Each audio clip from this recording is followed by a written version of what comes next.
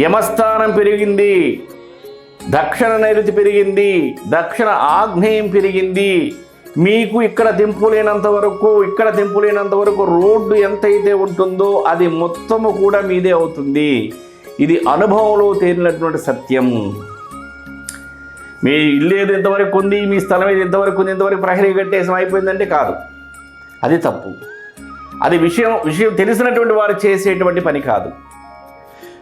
తెలుసుకునేటువంటి విషయం పరిపూర్ణంగా తెలుసుకోండి. తెంపు లేనప్పుడు పక్క దోషాలు కూడా మీ స్థలము కాకపోయినా, గవర్నమెంట్ రిలేటెడ్ సైట్స్ అయినా, గవర్నమెంట్ రిలేటెడ్ రోడ్స్ అయినా కూడా ఇవి కూడా మీ గృహానికి, మీ స్థలానికి దోషాన్ని తీసుకొస్తుంది.